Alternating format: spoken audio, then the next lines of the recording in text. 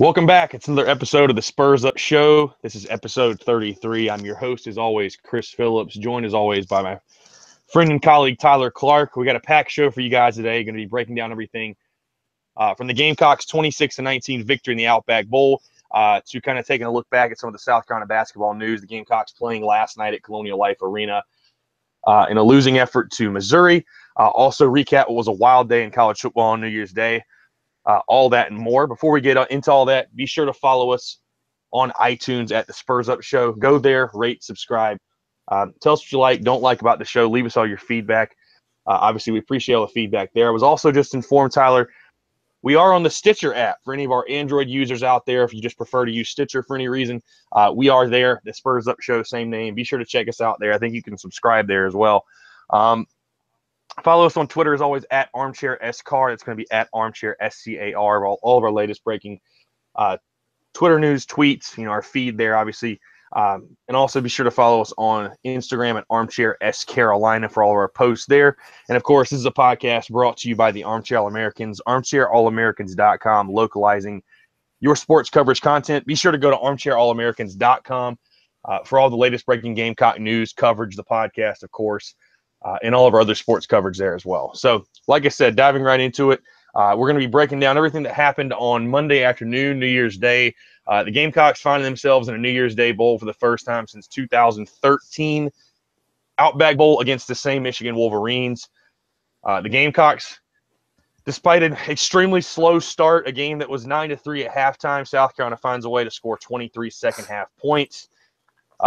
In that process, gaining 5 turnovers from Michigan, get a spark on offense and get the victory 26-19. So Tyler, like I mentioned, obviously the game, we all watched it, got off to an excruciating slow start. After 2.5 quarters, I thought South Carolina was dead in the rights. I had a tweet when it was, I believe, 16-3 or 19-3 that just basically said, I think it would be unrealistic and unreasonable to ask this offense to score 2 touchdowns to make a comeback. South Carolina looks like they're about to go down 26-7, finds a way. Javon Kinlaw with the fumble recovery.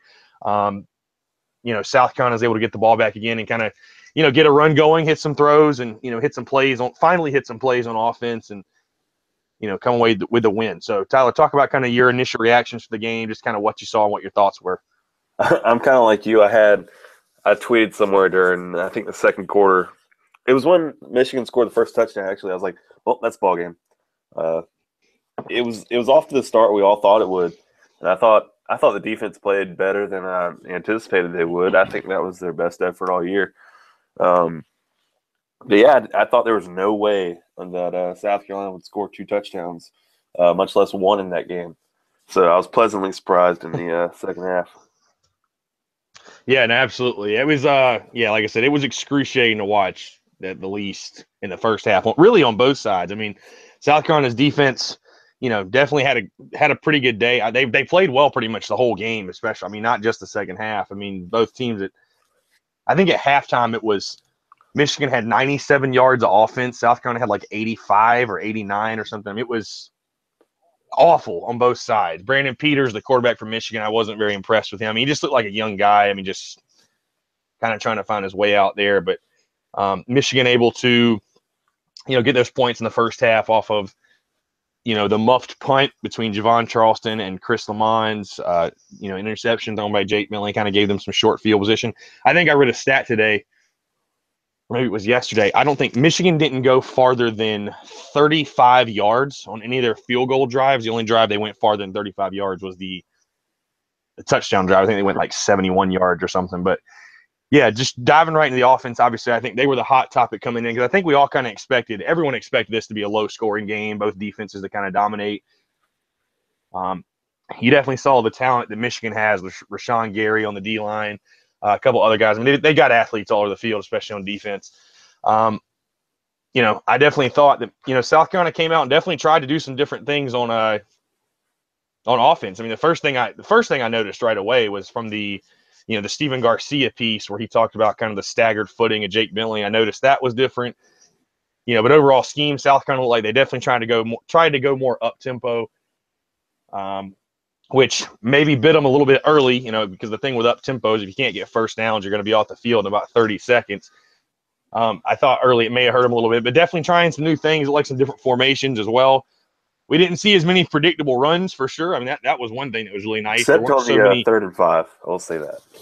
Yeah, the 3rd and 5 run at the middle, and the 3rd and 1 continuing to try to run it at the middle was feeling. I don't know if Kurt Roper stole the mic from Brian McClendon on those two, but definitely, it was questionable calls at the time for sure. But talk about kind of your impressions, because I think, obviously the second half was great. I mean, Jake Bentley finally hit the throws that, he had missed all year. That throw to Shi Smith he hit, a long one, was a throw that I think we can both agree Jake Bentley has missed this season.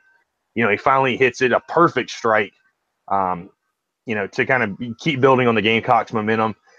Talk about sort of your impressions. I know there's not much we can take away, but what you thought of Brian McClendon, just sort of the look of the offense in this game compared to what we saw during the season.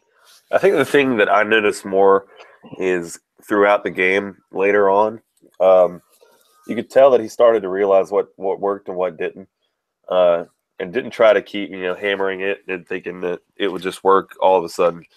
Out of the second half, you saw a lot different, a lot more different routes. Like there was a quick, it was the RPO obviously, but it was the play action, and Jake Bentley kind of runs to his right and then throws a quick screen to Brian Edwards. Like that's like a 5-yard play in the game, but it's something that fans didn't see all year. And as the game went on, things like that got a lot better. And throwing balls, down the sidelines or over the middle, it's just different. I think that's what fans wanted all year is to make an adjustment at some point when you realize. I mean, I think everyone realized the tempo was not going to work against that defense. And to be fair, I don't think the tempo really works well with this offense at all. I just don't see it with all the tempo offenses we've seen, in the last 5 or 10 years around the country. This offense just doesn't seem like one of those that needs to be a tempo offense. So obviously he realized that didn't work, so he tried something else. And when you start getting turnovers and you get on your side of the field or Michigan's side of the field, you can do a lot more. And I think, that's the difference we saw. Yeah, I tend to agree with you. I didn't hate the tempo offense. I mean, I think that everyone kind of moves fast nowadays in college football. So I don't think you have to move playing golf when they say you want to swing hard. Well, you want to swing as hard as you can, but under control. I think if you can, incorporate tempo, but go as fast as you can under control for the offense, I think that's kind of the sweet spot you want to be in. You definitely don't want to go too fast and get yourself out of position and making bad throws and bad plays, stuff like that. So I definitely think they adjusted, definitely made some adjustments at halftime. Jake Bentley even said they sort of adjusted doing more perimeter runs, which was something I thought definitely in the first half. They tried to go up the middle way too much. I definitely think the strength of South Carolina's offensive line and running game is the perimeter. And that was one thing I was going to point out too was, I think definitely one of the biggest parts of the game was Zach Bailey playing a much bigger role in the second half at the tackle position. He was out, I read pretty much the entire first half, second quarter, but definitely I think him coming in, having your best offensive lineman in there is huge. And then we got to see someone else come back from injury, Rico Dowdle on the touchdown run. Had a great touchdown run. It was great to see him come back. I think it was like a 22-yard touchdown run, something like that. He finished the day, I believe, around 71 rushing yards or 70 rushing yards. Had a great day. So that's another he was kind of a guy again. Year, by the way. And yeah, that was a play we talked about in the we heard. They were practicing that, and it was. Yeah, I mean, definitely not a play that we saw all year. And, it was funny because that same play came up in the Oklahoma-Georgia game, which we're going to get into all those other games in a bit. But Kurt Kirbstreet was sort of talking about, I think it was a play where it didn't work for Oklahoma. He was talking about the pitch relationship between the quarterback and the running back and how running back was a little too close to the quarterback, so he wasn't able to get to the outside. On the play with South Carolina ran, it was perfect pitch relationship. Rico Dowdle was probably 2 or 3 yards away from Bentley. I don't know that there was ever a threat Bentley would keep it, but Rico Dowdle was far enough out that once he made the pitch, Dowdle's speed, got him to the corner. So he got the touchdown. So Dowdle had 6 carries for 45 yards, my mistake, but he averaged 7.5 yards a carry. That was a 30-yard touchdown run. So it was great to see him back in the lineup, obviously. I just think the offensive line play, I thought they played pretty well all game. South Carolina actually they only had 300 yards of offense, but Michigan's defense, again, has been stingy. South Carolina, I think they're just the third team to rack up 300 yards or more on Michigan this season, and 26 points was the second highest scoring total. So, again, with the offense, it was night and day difference in the first half and second half. I mean, I definitely 100% think the short fields, like you mentioned, with the turnovers, made all the difference. South Carolina's defense keeping them in the game over and over again. But one of the big things, Tyler, I was going to say that I really liked as far as the play calling was concerned, South Carolina gets I believe it's the second fumble in the game. And the next play, Brian McClendon dials up a post route to Brian Edwards. Brian goes up and gets it, takes a shot in the end zone.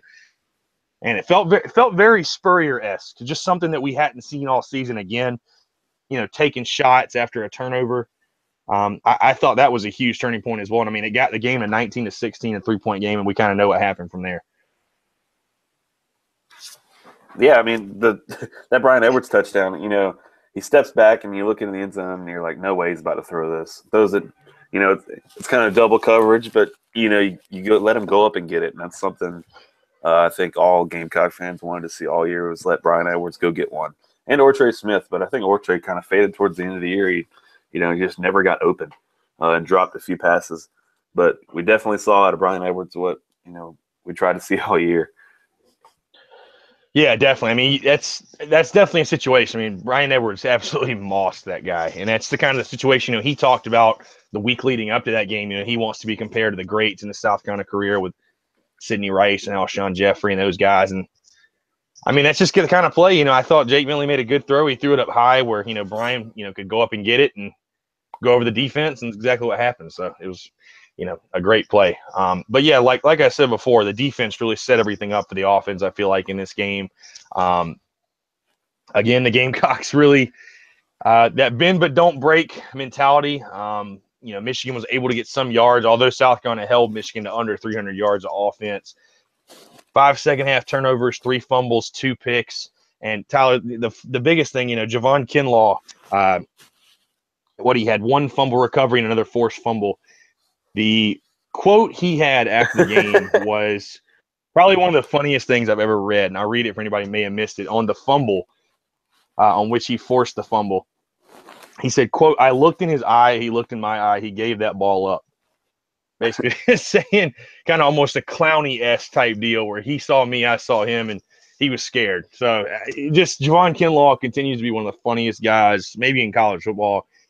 He's going to be an absolute blast to watch and cover for the next, 2 to maybe 3 years. It's awesome. He had a great game. The defensive line had a great game. Sky Moore, finishes leading the team in tackles all 4 years. Absolutely great for him, well-deserved. I think TJ Brunson was pretty close to him this season, but leading the team tackles all 4 years. I think they said he's just the 15th player in NCAA history, Division I history, That's to do great. that. Yeah, it's insane record. And obviously tied for the school record, 14 picks. I'll tell you, he almost had his 15th. Yeah, one that I think went right through his hands. That was I thought he was about to end the game there and set the record. But, talk about, Tyler, kind of what you saw from this defense. I mean, I just really think, again, the defense, there's not a whole lot you can say about them just besides they continue to improve. They continue to be opportunistic. I mean, it's a Will Muschamp defense, and what Will Muschamp and, T-Rob have done with this defense in just the short span they've been at South Carolina has been, more than impressive. Yeah, Michigan didn't run the ball as much as I thought they would because, they're down. They've been down, 3 or 4 quarterbacks all year. That quarterback looked horrible. I don't think I would have wanted throwing the ball that much. And once they started throwing it almost every play, it seemed like the amount of pressure that the defensive line and TJ Brunson had a ton of blitzes. He got through the offensive line pretty much every play, it seemed like. DJ Wanham as well. So I didn't think they'd run or throw the ball that much, and it was definitely their downfall because he was kind of running for his life all day. Yeah, no, I agree with you. I mean, it got to the point for me, pretty pretty early in the game, but definitely throughout where it felt like one of those old school South Carolina games where I just genuinely felt there's no way that they can score. There's just no way. I mean, the play call. I mean, Michigan fans have every gripe to have as much as South Carolina has had throughout the season. I mean, the play calling was as conservative as it could be, even when it wasn't. Brandon Peters, the quarterback, for Michigan, couldn't make the throws. He looked overwhelmed. I was honestly more worried when John O'Corn came in. I was like, put the other guy back in. I don't think he can do anything against us. I don't know what John O'Corn can do, but I've watched Brandon Peters all day, and the kid's not very good. He's just not I think very good. O'Corn threw like 4 or 5 interceptions in the one start he got. I think it was against Yeah, Wisconsin. I just saw him against Ohio State, and he looked okay in that game.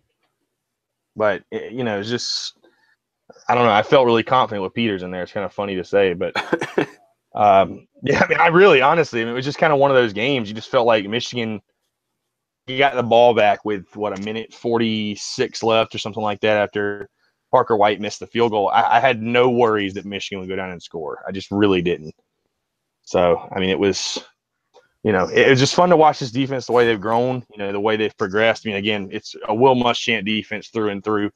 But obviously also great to see the offense get some help. I mean, or the offense provide some help. Like I said, a tale of two halves, really. I mean, speaking of, obviously Parker White, just diving into special teams a little bit because special teams was a big part of this game. Parker White, 2 for 3 on field goals, made the long one to start the game, had a short one, and then missed I think it was 48-yarder. Tyler, what was your thoughts on them going for that field goal there? I'm not sure. I forget what the down and distance was, but I'm pretty sure it was 4th and fairly short. I wanted them to go for it. I mean, I didn't hate the decision to kick. I mean, Parker White's been kicking better. As much criticism we've given him this season. Made the longer one earlier, but I don't know. I kind of would have liked to see him go for it there. I don't know. I feel like it goes with Muschamp kind of trusting him all year, and he said he was going to keep trusting him. I think it was just a pride thing, like, hey, I'm going to stick to my word here, even though he's 1 for 12 beyond 40 yards.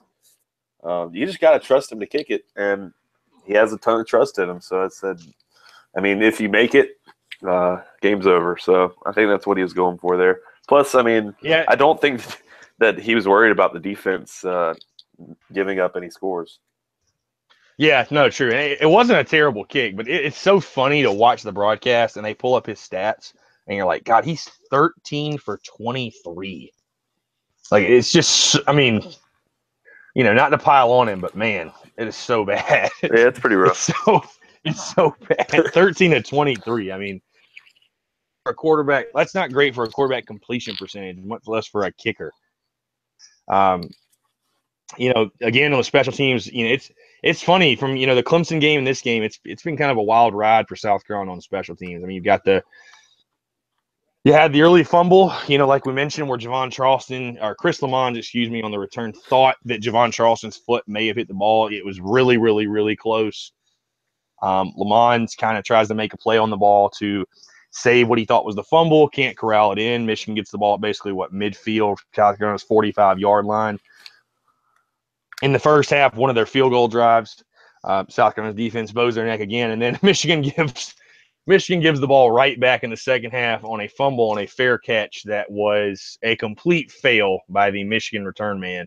Just the ball, I guess, flat out hit him right in the shoulder or the helmet, bounces away, and one of the guys that didn't have a big game on offense, but that had a big impact on special teams, AJ Turner made a huge tackle down there. Like, the dude is a beast. On the coverage, yeah, and then recovered that fumble too. So to AJ for a big day on special teams. It was like we mentioned, it was a wild game, it was an eventful game. Again, the Outback Bowl champs, South Carolina. Apparently, I read now, Tyler, they have the percentage in Outback Bowl history. So take that for for whatever you want to, I guess. Gamecocks are really good in the Outback Bowl, that's for sure. But, really, in all seriousness, taking a look at the big picture, I mean, South Carolina gets to 9 wins, just the 7th time in school history. They get to 9 wins in a season where, I actually tweeted a picture out about an hour ago of the 4-8 prediction that SEC Network guys had for South Carolina. A season where, not a whole lot of people expecting much out of them. A pretty solid season, 8 regular season wins, 9th bowl game win. So, overall, Tyler, I'd say that, the 2017, 2018 season was, a success by, the standards I think that we were given in the preseason. Yeah, 100%. I think I predicted 7-5 for the regular season in my preseason article, and I thought 7-5 when I had it typed out because I originally went through the schedule and had it 8-4. I was like, there is absolutely no way this team goes 8-4. So I think I went back and made the NC State game a loss. Well, I think the Florida game is another. That was the game I lost. Obviously, I had us picking to beat Kentucky, but Florida was just horrible. So I had that as a loss. But I just never thought this team had it in to go 8-4, even with the letdown that the schedule kind of was. I was looking at the schedule for 2018, just as good. I'll say that. No, yeah, absolutely. You got that big matchup with UGA in week 2. I'm just glad South Carolina finally opens the season with a reasonably easy opponent. They got Coastal Carolina at home on a Saturday, which is, a little bit easier than facing the North Carolinas and the NC States of the world or going on the road in conference play for sure. But yeah, we'll have a full recap article for the season, kind of grading the season, if you will, coming out later today. But we can give out some game balls and then kind of actually do that right now on the podcast as well, because I'd be kind of interested to get your thoughts. So, balls for the Gamecocks winning against Michigan. Tyler, I've got on offense wide receiver Brian Edwards. Just the day he had, for a touchdown, kind of maybe a more obvious pick, but had a huge impact on the game. Linebacker TJ Brunson had 2 sacks on the day. He had his first sack of the year, which I thought was pretty crazy. He hasn't had a sack yet, but had his first 2 sacks of the year, 2 sacks in the game. As I said before, was right there with Sky Moore, as far as, leading the team in tackles, but Sky Moore gets the, finishes up leading in that category, but just had a fantastic season. I think he's going to be the guy coming into 2018, kind of fill that role, be that leader, be that quarterback on defense, if you will. So great to see TJ Brunson, finish off the season on a high note. I'll give mine on offense to Jake Bentley because I've given him some crap all year. He was kind of running for his life the whole game against Michigan. That defensive line is unbelievably good. So now this season they faced North Carolina State, who had the Defensive Player of the Year in Bradley Chubb. He played Georgia, who I think their linebackers are better than defensive line, but it's still a great defense. Clemson's defensive line is probably the best in the country. And then you face Michigan, who's almost just as good. Jake was kind of running for his life his last couple games. And then you had a half of just, it's just horrible half of offense in general. We come out in the second half like it's a new game. He made some throws that he hasn't made all year, which I thought was really impressive. Threw 2 big touchdowns.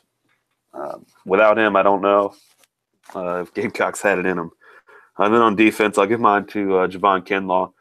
I just thought it was awesome. The day before the game, he tweeted something about separating himself from the rest so he could secure his bag. He's a man of his word because he was responsible for 2 of the turnovers in that game. And we said last week, whoever wins the turnover battle wins the game. And it was 3-0 at one point, Michigan, when I tweeted that it was over. And then the Gamecocks come back and win the turnover battle, I think 5-3 or 4. So Javon Kinlaw gets it on defense. Yeah, insane amount of turnovers in that game. I mean, and Javon Kinlaw, like I mentioned before, he's going to be an absolute beast for South Carolina. I mean, you give him another full and conditioning and all that. I mean, the sky's the limit for Javon Kinlaw for sure. I think he's going to be playing football for as long as he keeps his head screwed on straight. So yeah, like I mentioned, I didn't have it planned, I guess, but I do want to go through because I'm curious to get your thoughts, Tyler. Just kind of, I guess, grading the overall season for South Carolina: offense, defense, special teams. We can do coaching too. I'll start with mine on offense, just really quickly. Offense, I'm going to be pretty harsh with the offense and give the offense a D, and I think it just relates back to this is for the entire season, just because of the preseason expectations we had with Lee, Rico Dowdle, AJ Turner, Tyson Williams, Brian Edwards, the entire crew the entire slew of guys you had coming in.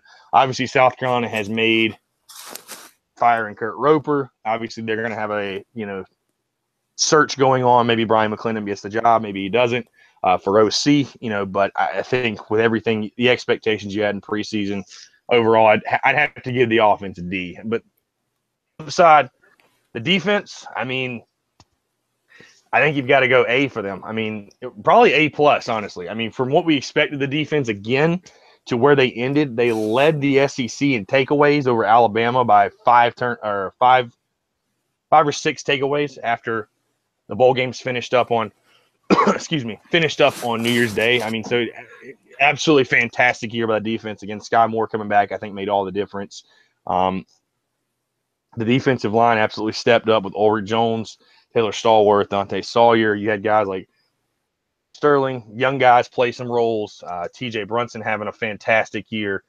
Jamarcus King, even like you talked about, had a pretty rough first half of the season, looked like a different player in the second half of the season. Secondary, played fairly well. Rashad Fenton had a good year. Chris Lamont. So I think overall you got to give the defense, give the defense an A. I mean, for what they did, keeping South Carolina in games just like they did in the Outback Bowl. I think special teams overall, special teams is pretty interesting because if you grade it after the first two weeks, you give it an A plus with Deebo Samuel back there. I'd probably give the special teams like a C minus, C plus, if you will, maybe just like a C in that range. South Carolina was obviously extremely effective first couple of weeks with Deebo Samuel. Obviously, his injury really hurt the special teams unit, but I thought Chris Lamont did a fairly decent job returning punts. I mean, obviously he's kind of back there. You sort of never know with him. I mean, there's sometimes he should definitely leave the ball alone, but I think overall he did a solid job for South Carolina. Overall, after Deebo got hurt, I don't think kickoff returns were really anything special, if you will. And then obviously the struggles with Parker White. The one bright spot that you nailed in the preseason, again, I keep mentioning it, but Joseph Charleston had a really good year, I think, punting. He had some really good punts this season. Had a couple that probably should have been down inside the 10 against Clemson. Had a couple of decent punts in this game as well. So, and then finishing up, I would give honestly Will Muschamp an A plus for his coaching job this season. I mean, again, in a season where I don't think anyone was expecting really much at all. I mean, this was a program, again, you think about it 24 months ago, it was 3-9. It just lost to the Citadel. And for the turnaround they've had since he's arrived, especially in this season, again, it's been phenomenal. So a 9-win season, just 7th time in school history, Will Muschamp, I think he did a heck of a job. Yeah, so I think I'd give similar grades. I'd go D on the offense. Without Deebo Samuel, they were kind of, I don't want to say doomed, but it definitely didn't help. Coaching job definitely gives that rating down. I feel like we saw Michigan's a great defense. I think they're a top 10 total defense in the country. I know they're the number one passing defense. I mean, you find a way to score 26 points in that game, but that wasn't there the rest of the year. I don't think at any other point in the season, without Deebo Samuel, that team would have scored 26 points in that game. So yeah, I'd agree with your D on offense. I'd go A minus on the defense. I mean, I don't want to say that defense doesn't deserve an A plus, but just statistically they weren't there with the other defenses around the country except for takeaways. And I thought, takeaways is something that, that's what they were kind of building themselves on. And they backed their word up. They said they were going to go out and get takeaways. And I thought it was awesome during the game. They said T-Rob was saying, he wanted to break the Outback Bowl or set the Outback Bowl record in turnovers. And I was kind of laughing the entire game. I was like, well, I guess they're not going to get that. It'll be a little tough. And then they go and force 5 turnovers in the second half. And then, they backed their word up. They said they're going to do what they're going to do. So, yeah, I think the defense, they definitely played better than I thought they would this year. And I had pretty high expectations for them. Like you said, Jamarcus King really surprised me. And I think after that Louisiana Tech game where he had the interception to start the comeback, After that, I think he was one of the best corners, in the league, or at least in the East. I'll say that. Rashad Fenton was really good all year. Chris Lamons was so consistent all year. Those types of guys, and then you have the linebackers. All of it combined, I think, is an A- defense. Special teams, we gotta give the special teams an F. I'm sorry. Just because of field goal kicking, it's like when you're in elementary school and you get a 0 on something, there's no way you can pass the class. Sorry. It's just that one little thing. Because, if you have a field goal kicker that's competent in the beginning of the year, you 100% beat Kentucky. And then you compete more in that A&M game. Yeah, you give yourself a chance to win 9 or 10 games in the regular season, just by having a competent field goal kicker.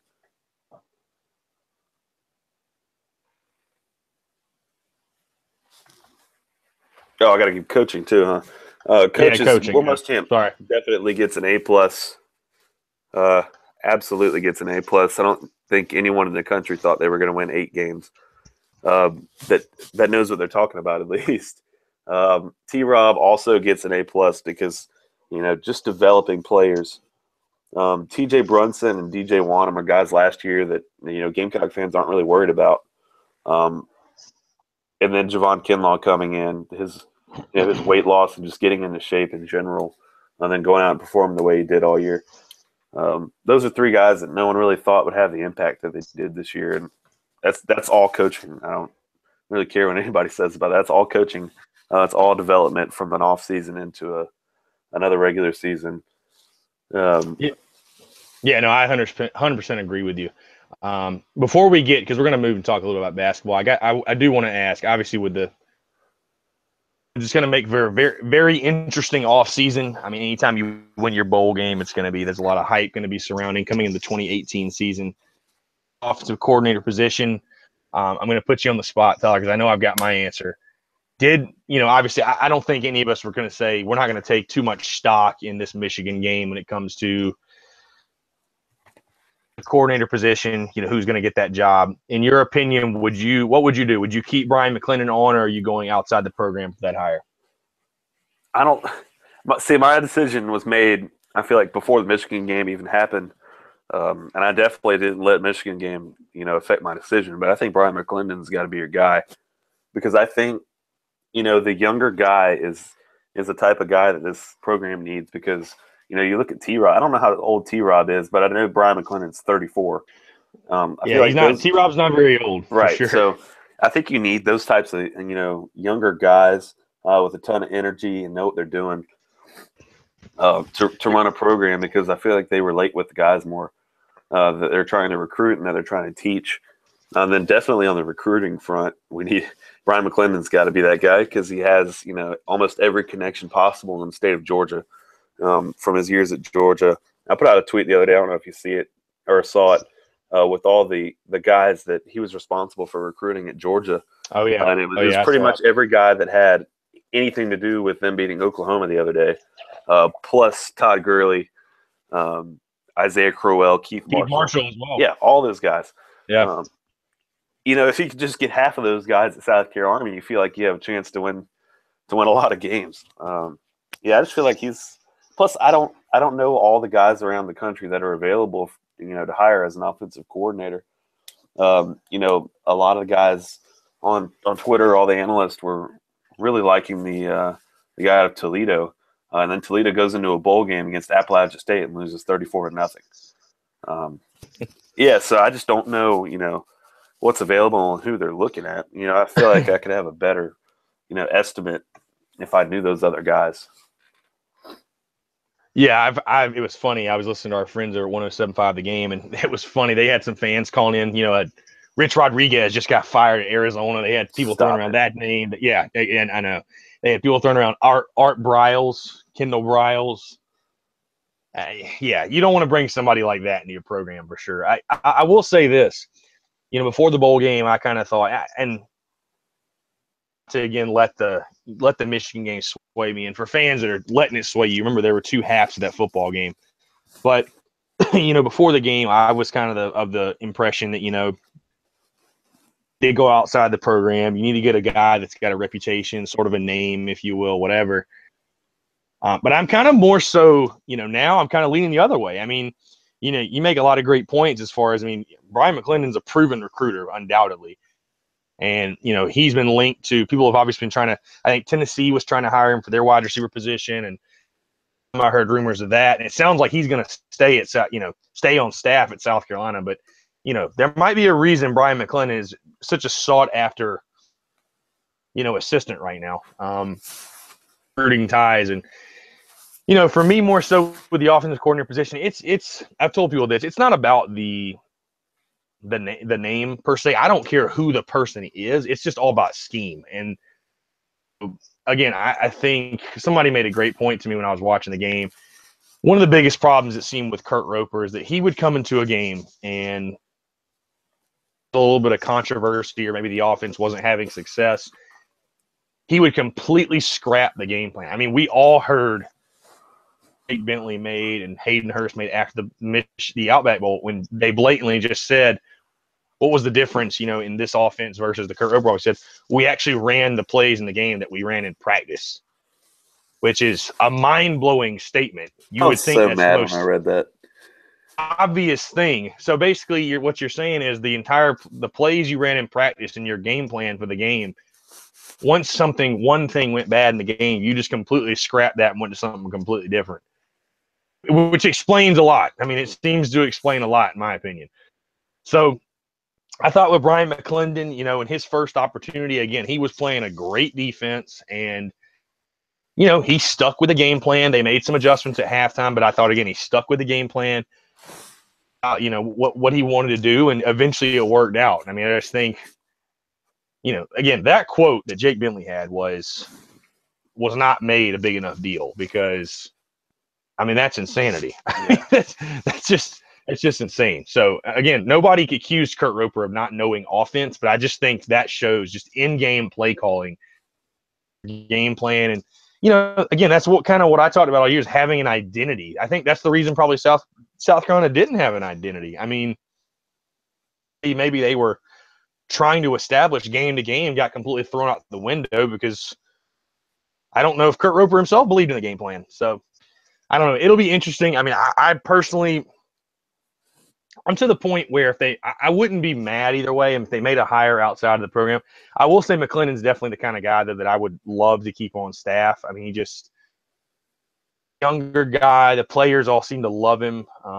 With the recruiting ties he has, like you said, being in the state of Georgia. I mean, win to have him on your staff, but I don't know. It'll be very interesting to see how Will Muschamp. It's going to be a fascinating search to see how he kind of handles it. If I had to predict right now, I think Muschamp's going to promote Brian McClendon. I just think Muschamp seems to me like he's a big loyalty guy. He's very, very loyal to his assistants and to his guys, and I really feel like he's gonna give him the OC job. So we'll see. Something that I heard during the Michigan game too. If South Carolina does do that, very interesting, meaningless probably stat, but South Carolina will become 3 teams to have both of their coordinators be African Americans. Huh. It would be South Carolina, Western Kentucky, and Arizona. Both coordinators are African Americans. So you'd have T. Rob and Brian McClendon. So, yeah, something a little tidbit there. So we'll see what happens. Obviously, we're going to follow along with the search. It should be really interesting. Again, like we said, transitioning into Gamecock basketball, things are not so hardwood for South Carolina. I'm not sure if you were able to watch that game last night, Tyler, or maybe even go to it, but Gamecocks fell to 0-2 in conference play last night, first time since 2015, losing to Missouri. I don't have the score pulled up, but I think they lost by about 15 points. Before that, lost on New Year's Eve, on the road at Ole Miss. First off, Tyler, I ask you, did you have a chance to watch either of those conference games or no? I did not get to watch them, but I kept up with them on my phone. Okay, yeah, I know they were obviously with the New Year's Eve one, especially. It was kind of a I just don't like the 9 o'clock game. The 9 o'clock game, yeah, that was good. That was one thing I was actually going to say about last night. It was, I don't know if you saw the tweet I had, but I put a 9 p.m. Eastern start plus bad weather in Columbia equals Frank Martin almost undoubtedly complaining about crowd attendance. They said they only have like 1,000 people there. Yeah, it was. Yeah, I mean. not much you could expect of them. Plus, But students aren't anyways, in town yet. We don't have school for another 2 weeks. So there's no yeah, the students in the 9 student p.m. section. the 9 p.m. Eastern start made absolutely no sense. I mean, for a Wednesday game? It's because of SEC Network's programming. Yeah, absolutely. But I just think I'm not going to take too long, obviously, because Tyler, I would say you're the basketball expert, but just from the little bit that I've watched South Carolina, watching Ole Miss, watching that Missouri game last night, I mean, it's just South Carolina is extremely young, and Frank Martin was really blunt about it in the postgame. He said they have no leadership. He said the day before the game, so Tuesday's practice was probably one of the worst practices he's seen in his years coaching college basketball. He had it was kind of funny, I thought. He said David Beatty had the worst practice ever seen on Tuesday. So I was like, what did he do? Like, what could he have done that was that bad? But I had the preview yesterday. I thought South Carolina, South Carolina just has no guard play right now. I mean, Wesley Myers is whatever.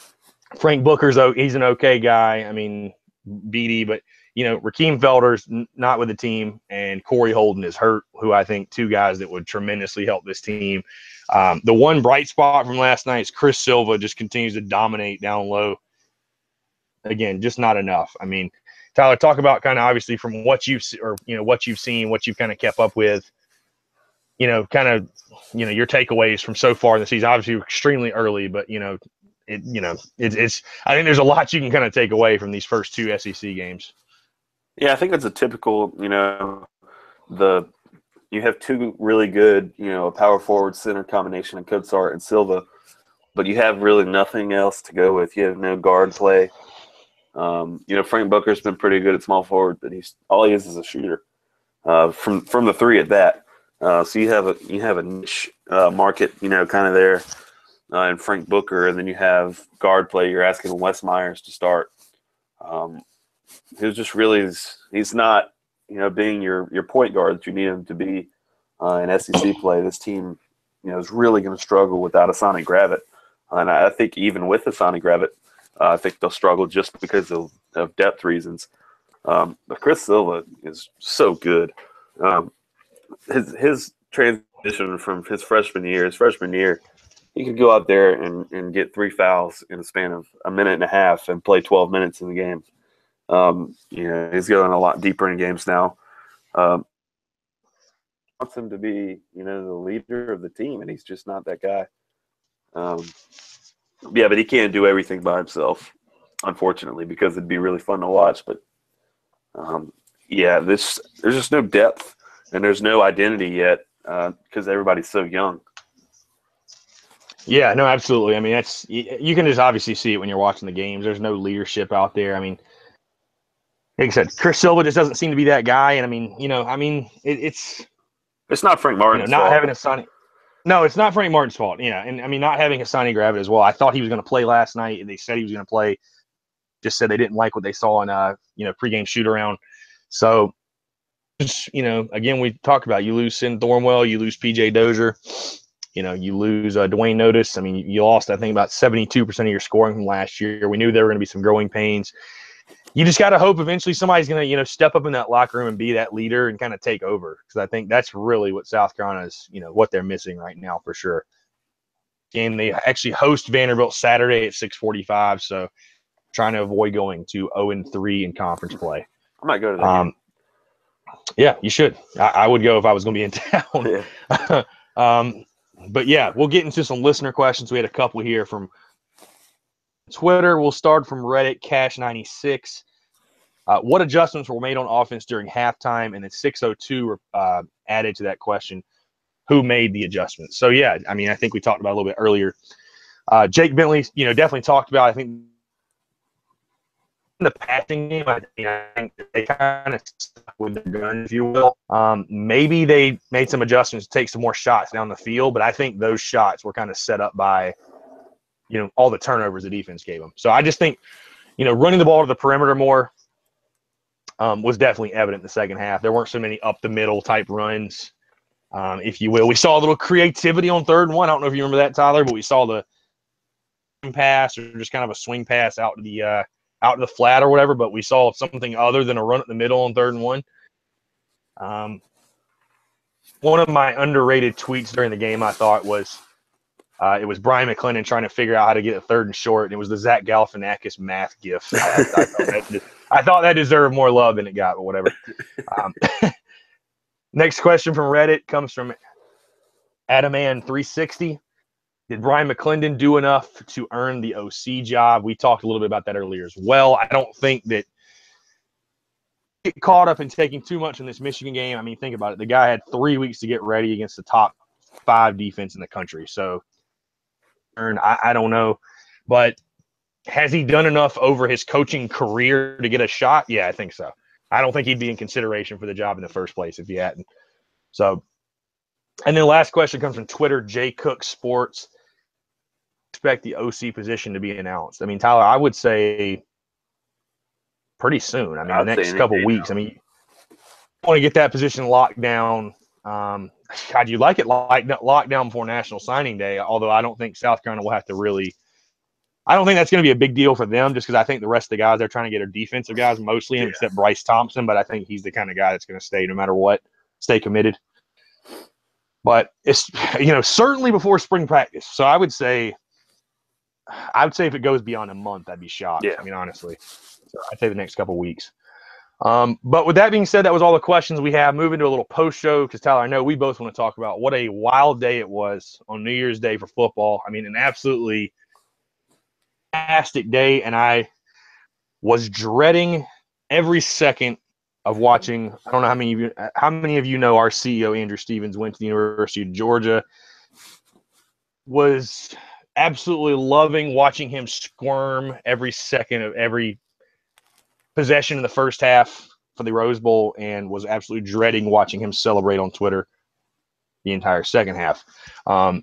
Auburn loses. I want to start. Auburn loses to UCF, which was crazy. They're now proclaiming themselves national champions, which is probably the most ridiculous thing I've ever heard. Yeah, I don't know if you saw this, Tyler. They're going to have a parade. They're going to get rings. They're having a parade at Disney World, so they can go to Disney World after the parade. I think this is kind of a joke, just because of that one newspaper, and I think that they're trying to make it a positive thing and just say, hey, let's go all the way with it. Just screw it. Hey, and I'm not sure if the president or the AD, probably AD, but he actually said all the coaches are getting bonuses like they won the national title. Yeah, I don't see why you can hate on that. Just screw it. Let them get paid. Let them have their parade. I mean, they went 14-0. That's so hard to do.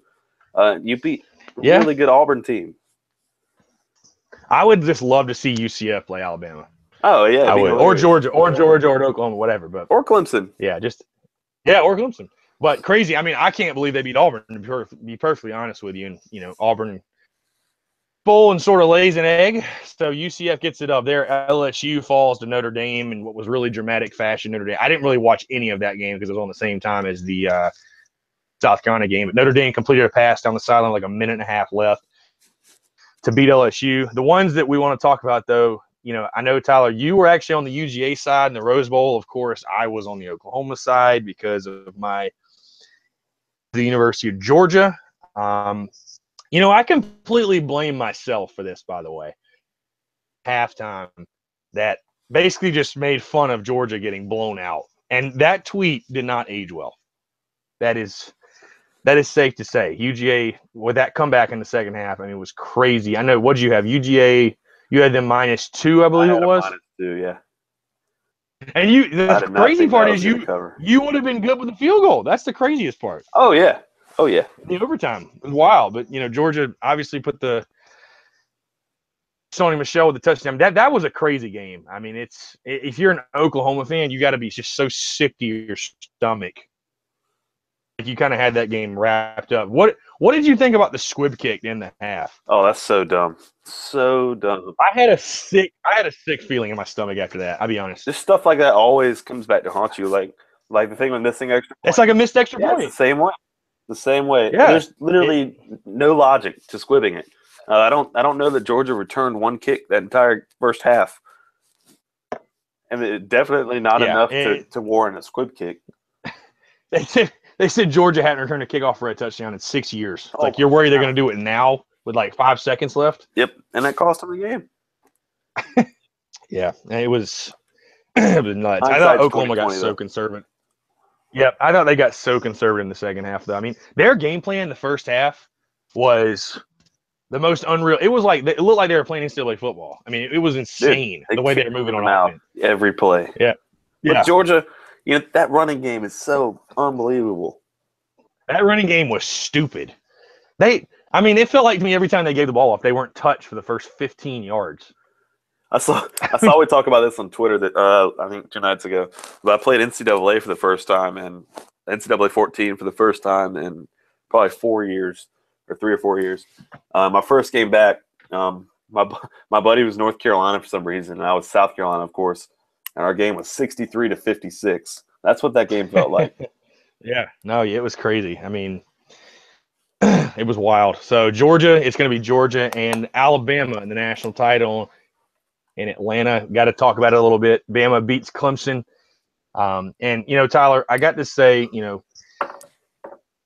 it was an absolute pleasure to watch Alabama beat Clemson the way they did, because we haven't seen Clemson look like that in so long, where they just looked, incompetent, really. I mean, 24-6, about as dominating as you can get. Kelly Bryant kind of was who I thought he was going to be, wasn't that great under pressure. So, I don't want to go too much in the game, but I don't know if you knew this, Tyler, or saw the tweet I have. This was the first time that South Carolina had won and Clemson had lost on the same day since 2014, November of 2014. So we hadn't had that feeling in a long time. So it was a ton of fun to watch that, see Alabama. But we got an All-SEC national championship. So what are your I do kind of want to get your opinion. What are your thoughts on the All-SEC title game? I mean, I don't really care about the conference thing, but I think it's the best game that could have happened. I'm really excited to watch it because, this is the game we were kind of cheated out of for the SEC championship. Not really cheated out of, but, it's the game you wanted to see. You wanted to see Yeah, Alabama absolutely. versus Georgia. Right now, they have to be the 2 best teams in the country. And you got to laugh in the face of everyone who said Ohio State deserved to get into the playoff. Yeah, Because no, I agree with you. I think that's why Alabama came out the way they did. Because nobody thought that they would come out like that. Everyone thought that they didn't deserve to be there. Their defense was the worst Alabama defense in however many years, and blah blah blah. Jalen Hurts sucks. Stuff like that. Right. You give Nick Saban that kind of a agenda going into a game, he's going to kill you, and that's why he's the GOAT. He killed him.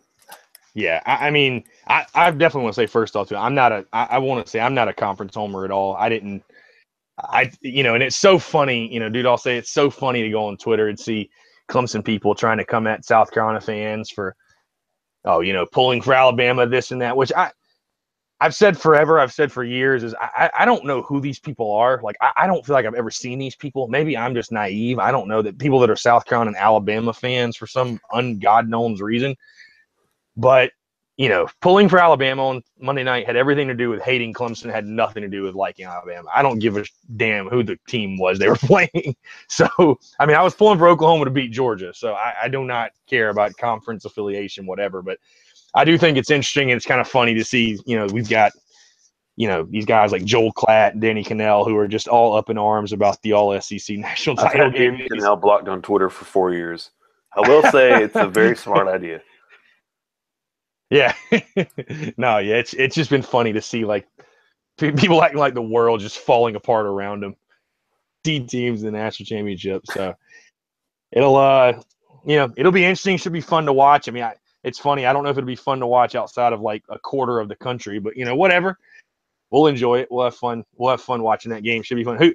I'll put you on the spot. Who are you taking in that game? Oh man, it's so hard. I gotta take Georgia. Okay. Yeah, I think it's a flip of the coin, but I don't have any reason. Yeah, there's no reason behind my argument. Yeah.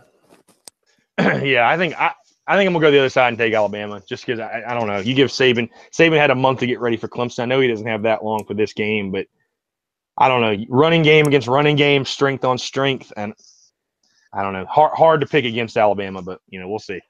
We'll see. So, with that being said, that's pretty much going to wrap it up. Again, be sure to follow us on iTunes. Check us out on Stitcher. Also on Twitter at ArmchairScar. Instagram at Armchair S Carolina. And, obviously be sure to go to armchairallamericans.com for all of our coverage there, news, the podcast, of course.